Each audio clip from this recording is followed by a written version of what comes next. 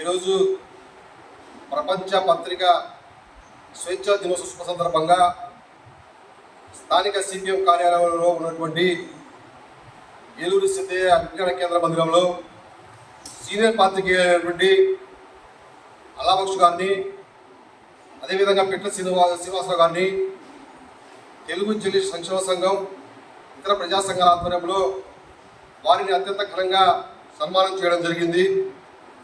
ఈరోజు మనం చూస్తూ ఉంటే కేంద్ర రాష్ట్ర ప్రభుత్వాలు పత్రికల మీద ఆంక్షలు పెట్టడం చూస్తూ ఉంటే చాలా బాధ వేస్తూ ఉంది.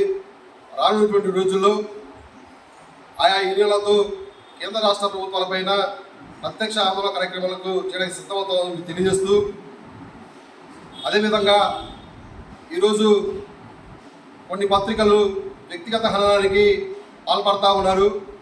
ఇది మంచి పద్ధతి కాదని చెప్పేసి ఈ సందర్భంగా మేము తెలియజేస్తూ ఉన్నాం.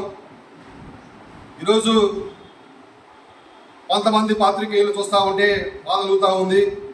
ఎందువల్ల అంటే నిజమైనటువంటి పాత్రికేయులకి రావాల్సినటువంటి రివార్డులని కొంతమంది రాజకీయ నాయకులకు స్వార్థపూరితమైనటువంటి ఆలోచన విధానం వల్ల దేనికి పైనటువంటి వ్యక్తులకి రాష్ట్ర ప్రభుత్వాలు రివార్డులు ఇస్తూ ఉంటే చాలా బాధ కలుగుతూ ఉంది.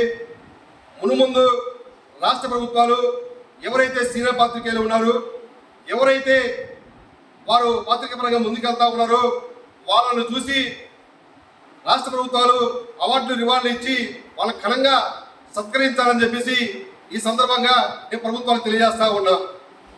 అంతేకాకుండా ప్రధానంగా గత ప్రభుత్వంలో పత్రికా విలేకరుల మీద దాడులు చేయడం, పత్రికలకు సంబంధించినటువంటి దాని మీద జీవం తేవడం, విలేకరులు రాస్తున్నటువంటి వార్తలపై ఆంక్షలు విధించడం జరుగుతూ ఉంది.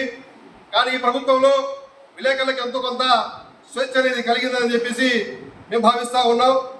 కాబట్టి ప్రస్తుతం కూటమి ప్రభుత్వానికి ఈ సందర్భంగా మేము ప్రత్యేకమైన కృతజ్ఞతలు తెలియజేస్తూ, ఈ కార్యక్రమంలో వచ్చినటువంటి సాటి పాత్రికేయ మిత్రులకు, అలాగే ఇతర ప్రజా సంఘ నాయకులందరికీ పేరు పేరున కృతజ్ఞతలు తెలియజేస్తూ ఉన్నాం.